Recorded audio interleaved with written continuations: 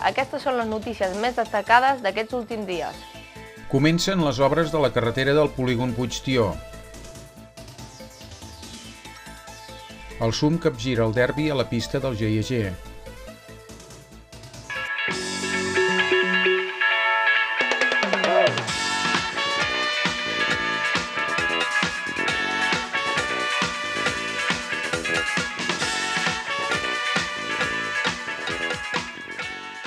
Comencen les obres de la carretera del polígon Puigtió. Han començat les obres d'ampliació de la carretera d'accés al polígon industrial Puigtió. Les obres afecten el tram comprès entre la depuradora i la rotonda on conflueixen l'avinguda Montserrat i l'avinguda Torderola.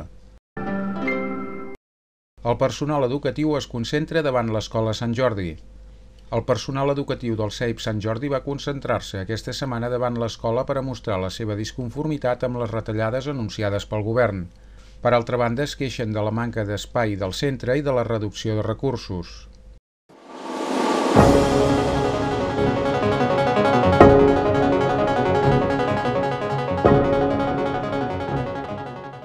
Esports, hoquei. El SUM capgira el derbi a la pista del GIG. El derbi entre els dos equips gironins va anar d'una banda a l'altra, però finalment van ser els massanetencs qui van sumar els 3 punts. Amb aquesta derrota, els grupistes s'han complicat la permanència a la màxima categoria de l'hoquei. El resultat va ser de GIG 4, SUM 5. La taula classificatòria de l'Hoquei Lliga queda de la següent forma. 5è, Lloret amb 49 punts. 9è, Blanes amb 38 punts. 12è, GIG amb 29 punts. 15è, SUM amb 18 punts.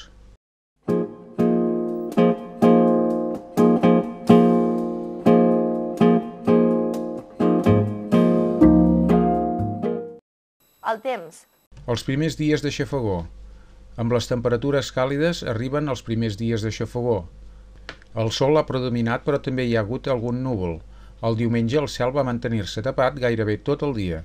La temperatura mínima va ser de 16 graus centígrads, mentre que la màxima va arribar als 30. L'evolució de les temperatures màximes i mínimes d'aquesta setmana ha estat la següent. Dilluns 16 i 26, dimarts 16 i 25, dimecres 18 i 25, dijous 18 i 27, divendres 17 i 29, dissabte 17 i 30 i diumenge 20 i 24. Aquestes han estat les precipitacions enregistrades els últims 7 dies. Diumenge, mig litre per metre quadrat. Bé, això ha estat tot per aquesta setmana. Els esperem la propera.